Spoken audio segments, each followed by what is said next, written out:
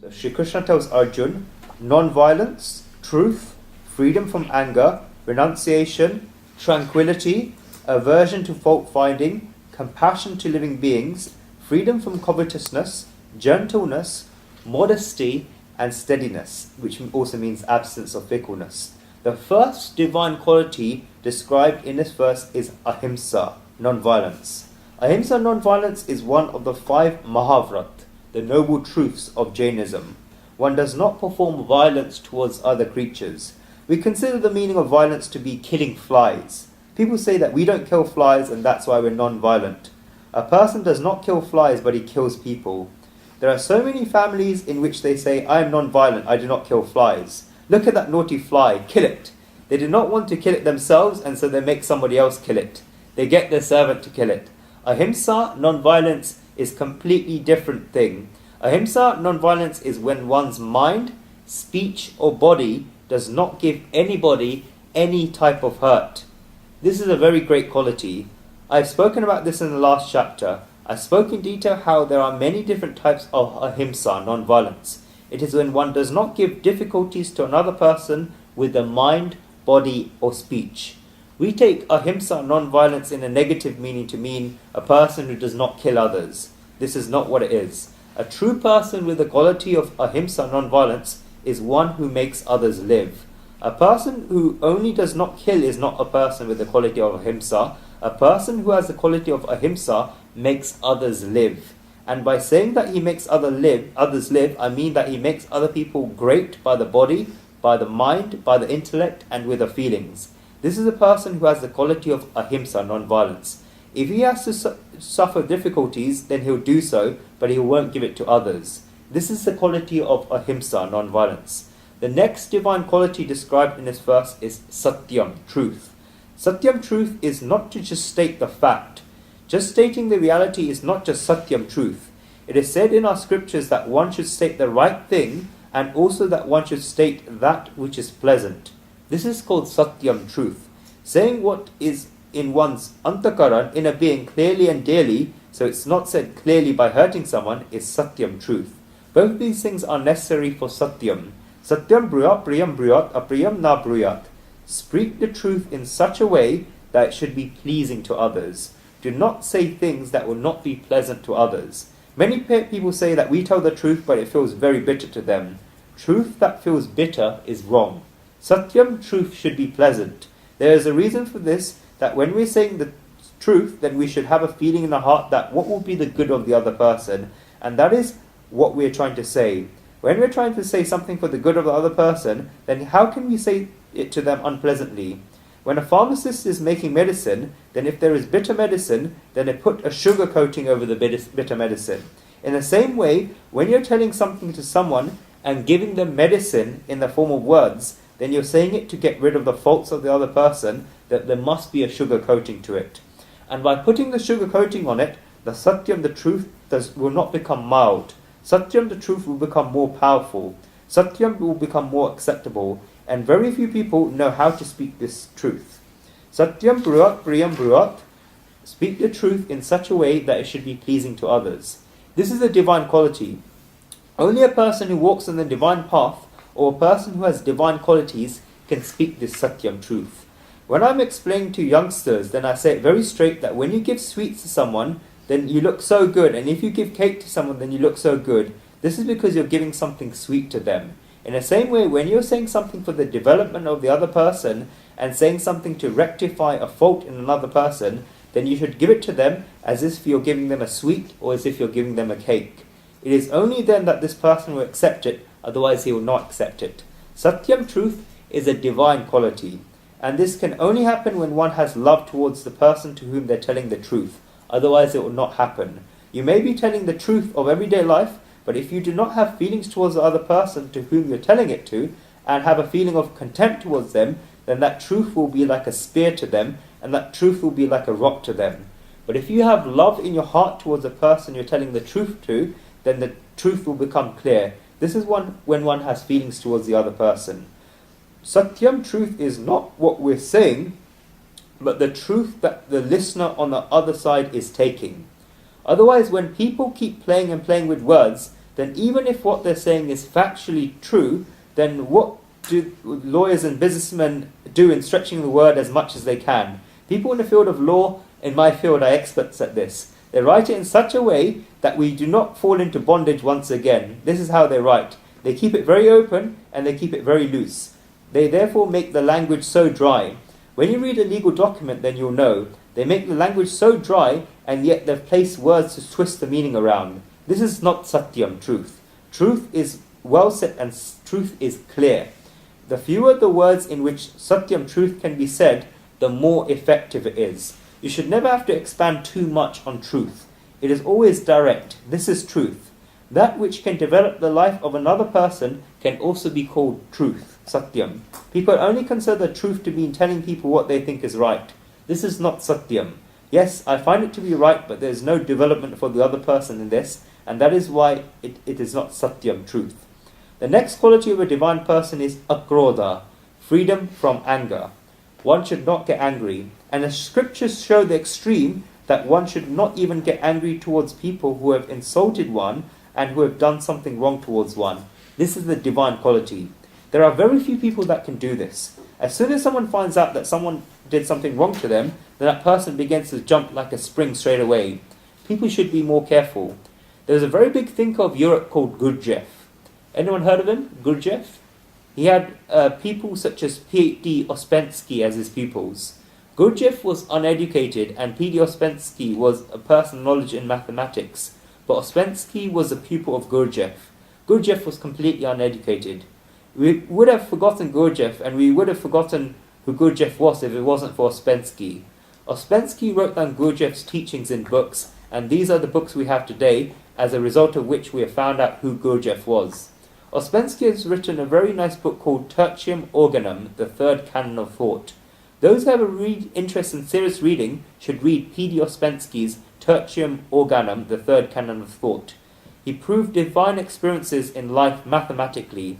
First, he wrote about organum in Greece 1,500 years before today. Organum means principle. Thereafter, he wrote Nova Organum, the new principle, and P.D. Ouspensky then wrote Tertium Organum, the Third Canon of Thought. I want to speak about Gurdjieff. Gurdjieff was once asked that you achieve a lot of peace and happiness in life. What is the reason for this? Gurdjieff said, I have not studied and I do not know anything, but I understand one thing, and that is when my father was on his deathbed and I was aged 8, then he told me one thing. At that moment, son, I wish to give you the essence of my life today. It is possible that you may not be able to understand because you're too young to remember, so just whenever you understand it, then begin putting it into practice. Remember just one thing. Think for 24 hours before reacting to anyone. Give yourself 24 hours. Sit calmly for 24 hours. No matter what the person in front of you is doing, do not give a reply for 24 hours. Stay extremely calm. Then after 24 hours, do what you feel is right.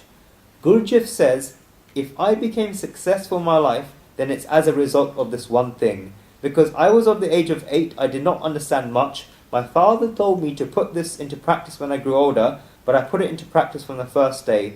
And the more I began putting it into practice, the more I began to realize the consequences. Many circumstances will arise in my life when someone would say, do something and behave with me in a certain way. I'd feel that I would finish this off right now, and that it's either a case of them not being there or me not being there. During these moments, I remembered the words of my father that give yourself 24 hours. I would have the wish that right away I should finish the person off, but how can I break the words that my father gave to me at the time of his death? Everything that will come out after these 24 hours will be akrod, freedom from anger. This is because what comes immediately after action can be called a reaction, and this can be called krod, anger, just like when someone's foot steps on a dog's tail and the dog immediately starts barking. This is krod, anger. I like two words in English very much, and I say them very often in English: reaction and response. We are human beings and not dogs. Dogs give reactions, whereas human beings should respond. And it is an art to respond. You need time to respond. You should think about something first, and only then you can respond. When someone's foot steps on a dog, then the dog does not think about why this person's foot stepped on its tail, and whether this person really intended to be the cause of pain. The dog does not know about any of this. does not even think about whether the mistake was its own, and does not think about whether it was its mistake that it was sitting on the middle of the road. The dog does not think about anything. The dog only thinks that I'm the dog, this is my tail, and this person's foot stepped on my tail. Therefore I will bite him. The matter is finished there for the dog. This is all the dog thinks about. But I am a human being. Right now I feel that the other person has made a mistake, but perhaps you may not have made a mistake. Perhaps he may have had a different reason. A person who can do this has the quality of akrod, freedom from anger. We should think for 24 hours. The next divine quality is described as tyag, renunciation. Tyag is the attitude of renouncing. It is a tendency to give up. Shankaracharya has specified that the renunciation of the fruits of karmas to God is a divine quality. Shri Krishna has been speaking about this constantly throughout the Gita, that you should renounce the fruits of karmas. You should renounce the fruits of karmas. You should perform nishkam karma yoga, the yoga of desireless action. Turbulence in human beings arises as a result of the attitude of possessiveness. To hold on to something is a very instinctive feeling to have. But if a human being wishes to go above that, then they should have the feeling of renunciation. That is why you will see that when we lean down to stroke a child's hair, then if you have a necklace or a chain hanging, then the child will immediately hold on to it. This attitude of holding on to something is natural. It can be out of curiosity, but the child goes on to hold it. When the child is playing, then if there is mud around it, then it holds on to the mud, and if there is a toy, then it holds on to the toy. The child wishes to hold on to something. The attitude of holding on to something is instinctive, whereas you have been taught how to leave things. You have to be taught how to leave things. People do not let go of things quickly. That is why you see that there are two children and one toy, then they'll keep trying to pull it away from each other. These are the seeds of the attitude of possessiveness.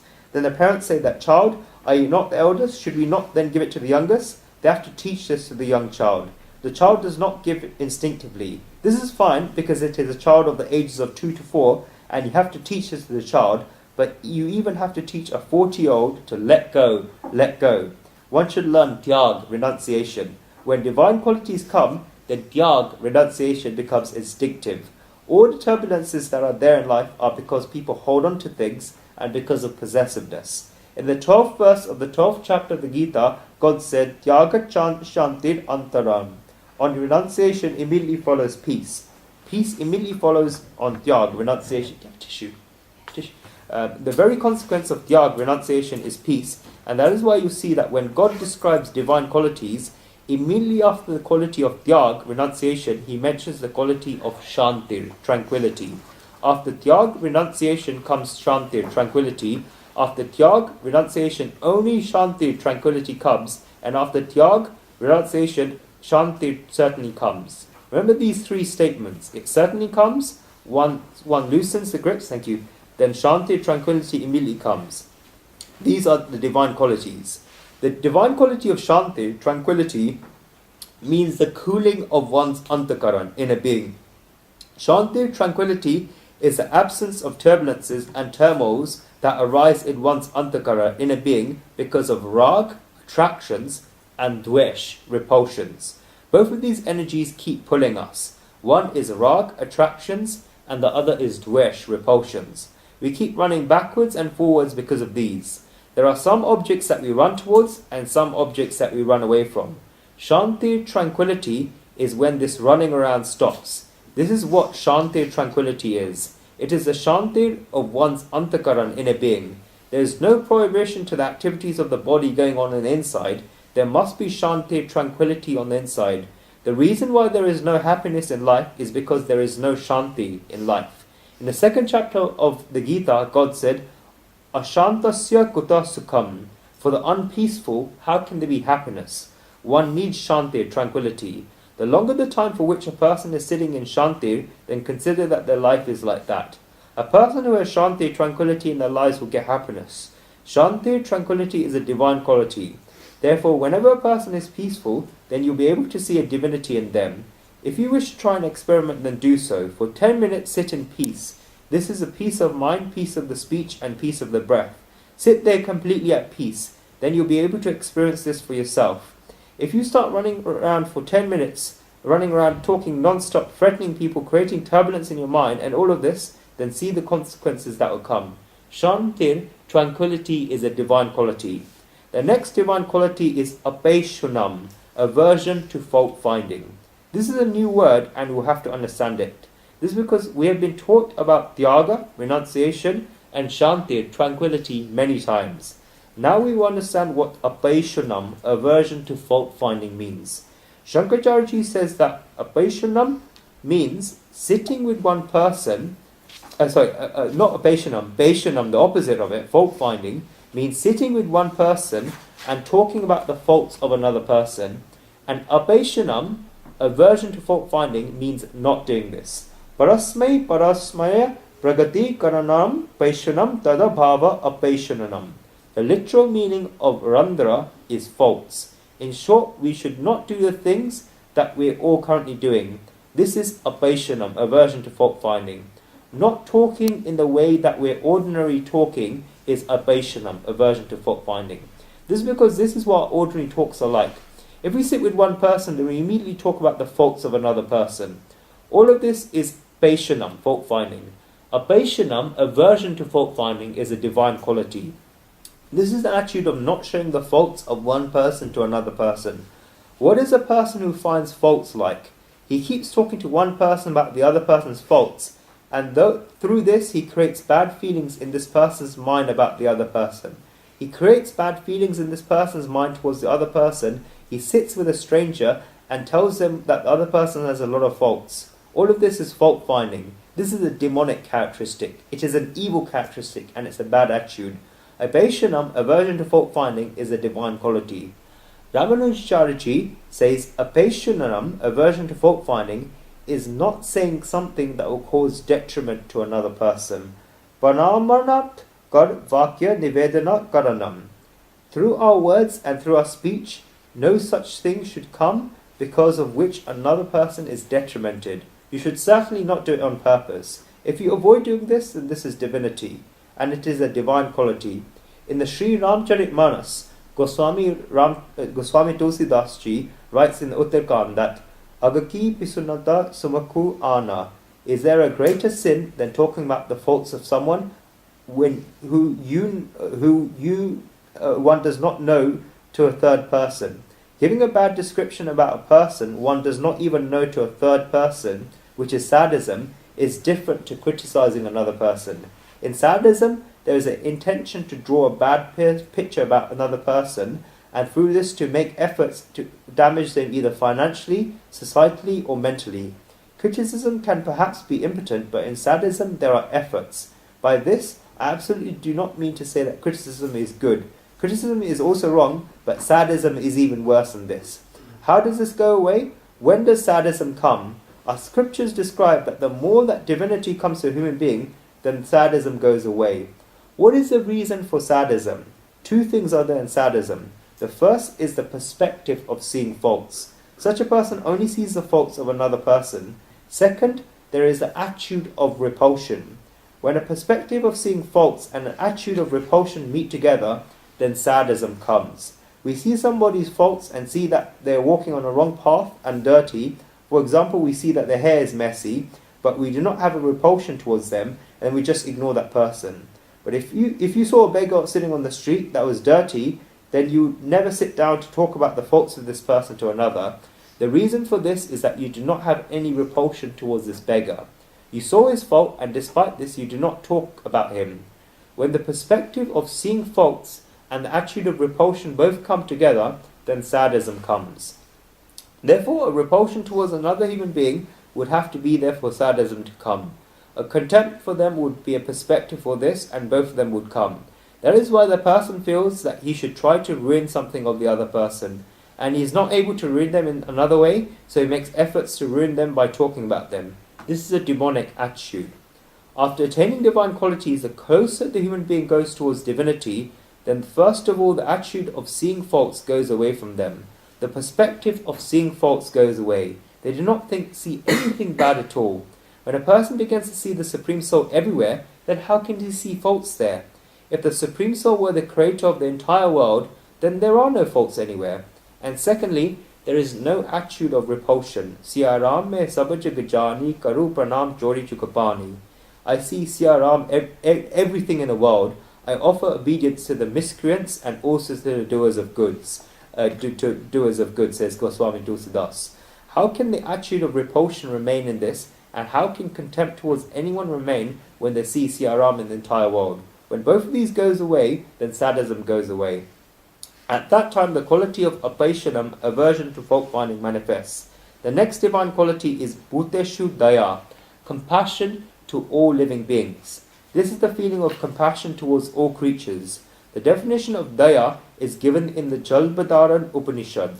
Svatmavat sarva bhuteshu kayana manasa gira anugana daya seva prokta vedanta venibihi. Those who know the Vedanta and are knowledgeable about Vedanta define compassion as knowing all creatures just like to be oneself, with their body, their mind and their speech. For us, compassion is when we feed bread to dogs or when we distribute clothes to the poor. No. What is compassion? This is knowing all creatures just to be like oneself, with a body, with a mind and with a speech. They have such behavior with the body, such thoughts with the mind and such a speech. Only when they have this can they be called as having bhuteshu daya, compassion to all living beings. Bhuteshu daya, compassion to all living beings, is to protect a dear one, a friend, a disliked one, an enemy, or any type of creature from difficulty. There is a famous event that will explain this. It is said in our culture that if one takes the water of the holy Ganga river from Gangotri and offers it to God Rameshwarji in South India, then that person attains liberation. There was a group of devotees who left with the Saint Eknathji from Maharashtra. They had to walk so much to go from Maharashtra to Gangotri. It was 500 years ago, and so they had to walk. They had to go to Gangotri, take the holy Ganga water from Gangotri, store it in a pot, look after it, and walk all the way through India to Rameshwar in the south. They would then offer the holy Ganga water to Rameshwar. They had taken the holy water and were walking. They had taken the water and were very nearly there. It was such that they were going to reach Rameshwar in 5 to 7 days. There they saw a donkey dying of thirst. Eknathji gave this holy water from the Ganga to the donkey to drink. All these people said, Eknathji, what are you doing? How will you be able to walk such a long pilgrimage from Gangotri all the way to Rameshwar to offer the Ganga water? How will you be able to do this? You are giving up liberation to the side. Eknathji said, I cannot see the sadness of this donkey. I will be able to find the solution to liberation another time. This is called bhuteshu daya, compassion to all living beings. This is compassion towards all creatures. When Guruji was studying about this quality, he heard about something and liked its thought very much. When water flows, then if it sees a puddle, then the flowing water only fills the puddle first before moving forward, and does not move forward without filling the puddle. In the same way, when a saint or wise person is walking and they see a puddle, a fault or something that is needed on the way, then they first fill up and then they move forward. This is called a feeling of bhuteshu daya, compassion to all living beings. Such a beautiful example is given here. Just like flowing water cannot move forward without filling the puddle, in the same way, a person who truly has the quality of bhuteshu daya, compassion to all living beings, cannot go forward without getting rid of the sorrows of the sad person. This is bhuteshu daya, compassion to all living beings. Poets say that the heart of saints are as delicate as makhan. But if you look at it in reality, then the hearts are even more delicate than makhan, clarified butter. This is because makhan, clarified butter, melts because of its own heat, whereas the hearts of a saint melts as a result of the pains of others. If you put a pot of clarified butter here, and the stove is heated somewhere else, then the clarified butter does not melt there. But if you take it towards the stove, then the clarified butter becomes hot itself, becomes sad and then melts. On the other hand, even if the saint has everything, if the other person is sitting there in pain, then the heart of the saint will melt. This is the feeling of bhuteshu daya, compassion to all living beings. The saint gets sad on seeing another's sadness. Again, Tulsidas writes in the Sri Ramcharitmanas, Nich paripta dravenavinita para dukha dravasanta punita. Clarified butter melts as a result of its own heat, whereas a saint who is extremely pure melts because of the sorrows of the other person. There are 6 types of daya, compassion. Paropkaro, danachara, sarvada, smrita, bhashanam, Vinayo Nyunnata Bhava Sikara Samata Matahi. Doing good to others, giving donations, freedom from arrogance, courtesy, acceptance of the feeling that one has not done anything, and evenness of mind. So I'll repeat again. Doing good to others, giving donations, freedom from arrogance, courtesy, acceptance of the feeling that one has not done anything, and evenness of mind. The first is parupkar, doing good to others. We all know that this comes as a result of daya, compassion. The feeling of doing good to others is one type of daya, compassion. The second is dan, giving donations. When one has the feeling of doing good to others, but nothing releases from their hands, then of what use is daya, compassion? This is called dry sympathy and dry feelings. This is the attitude that I sympathize with you, but fortunately I can't do anything for you. What will such a person do? After parupkar, doing good to others, the quality of dan, giving donations, is immediately said. The attitude of letting go of something and giving something to others is also a type of daya, compassion. When one has had the attitude of parupkar, doing good to others, and has given up something, then after that the arrogance should not come to the person that I do all of this for you. No. The next quality needed is smita bhashanam, freedom from arrogance.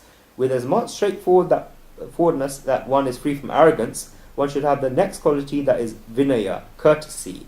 Even after courtesy, one should not feel that they should be regarded as great because they helped the other person or they did something for the other person. One should think that I have not done anything at all.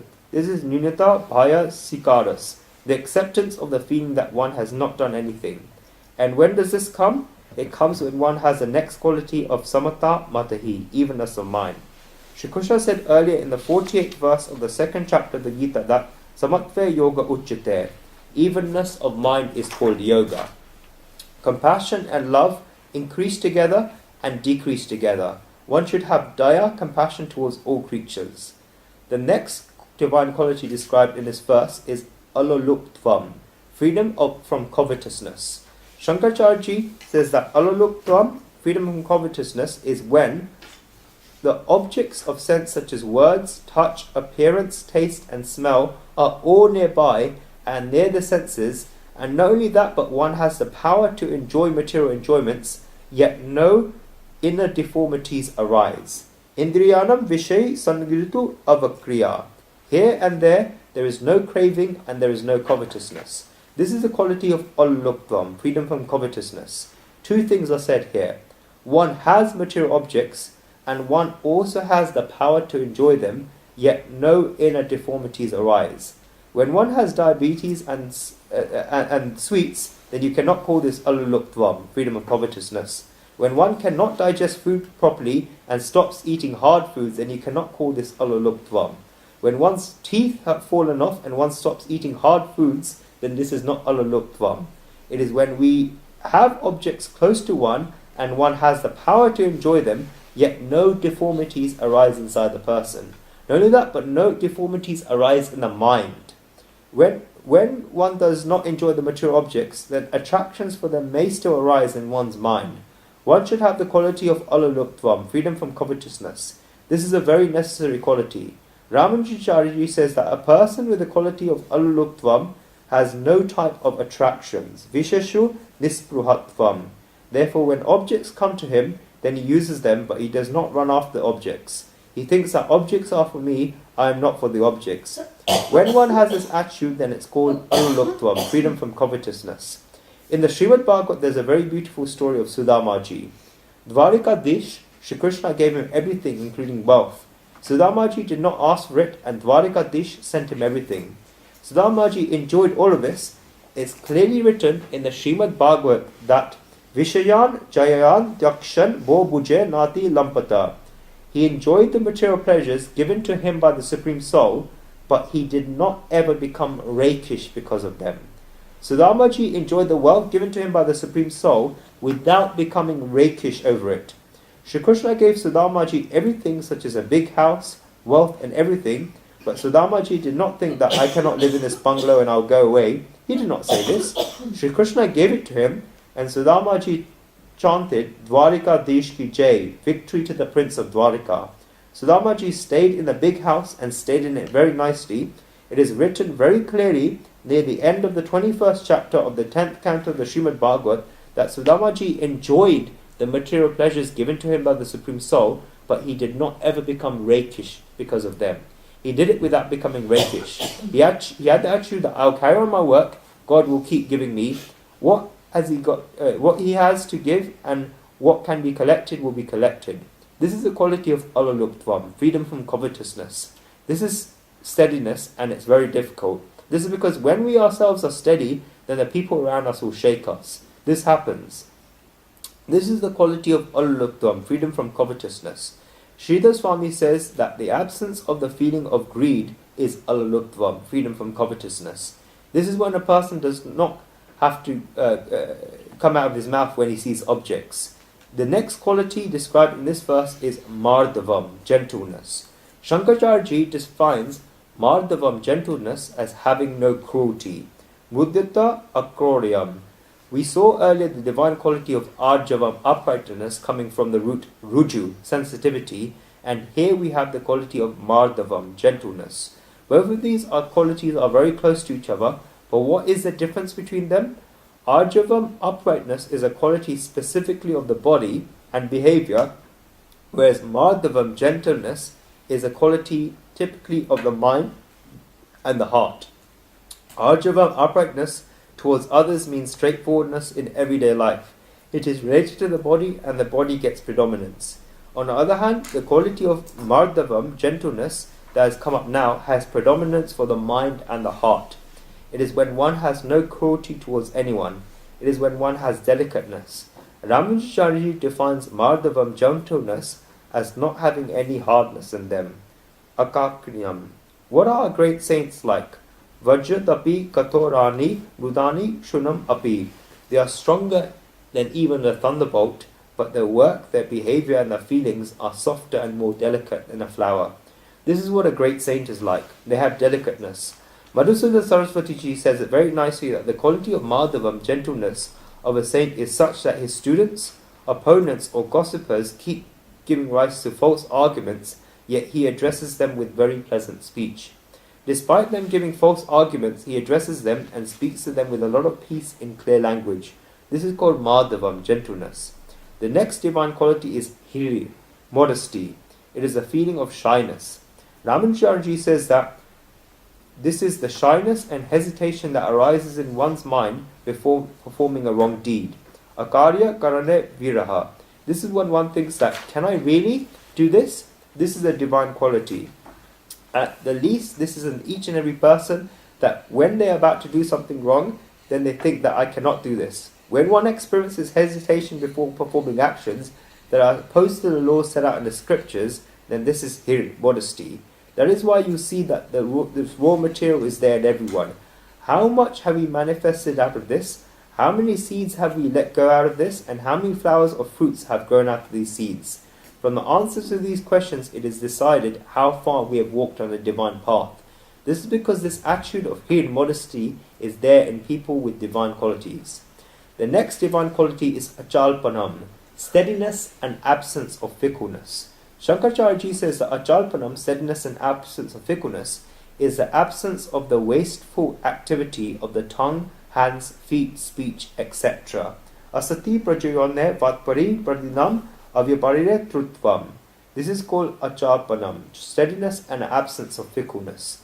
Ramanujacharya has written that achalpanam, steadiness and absence of fickleness, is when objects that give rise to attachment are in close proximity with one, yet one is unaffected by them. Spruhanya vishaya sandiva achalpavatvam. The circumstances that can disturb a person are there, yet one does not get disturbed by them. This is called achalpanam, steadiness and absence of fickleness. Achalpanam means steadiness and fickleness, but this is a limited meaning within the language. In reality, what is chalpanam? In Gujarati, there is a very nice meaning of chalpanu, when two things come. In chalpanam, there is first fickleness and second impatience. When fickleness and impatience get together, then one's work is ruined. This is because they have no steadiness and there is no patience. Achalpanam, steadiness and absence of fickleness, is when there is patience and an absence of fickleness. Achalpanam, steadiness and absence of fickleness, is a divine quality. Jalpanam, fickleness and impatience is a demonic characteristic. Let's go to the next verse.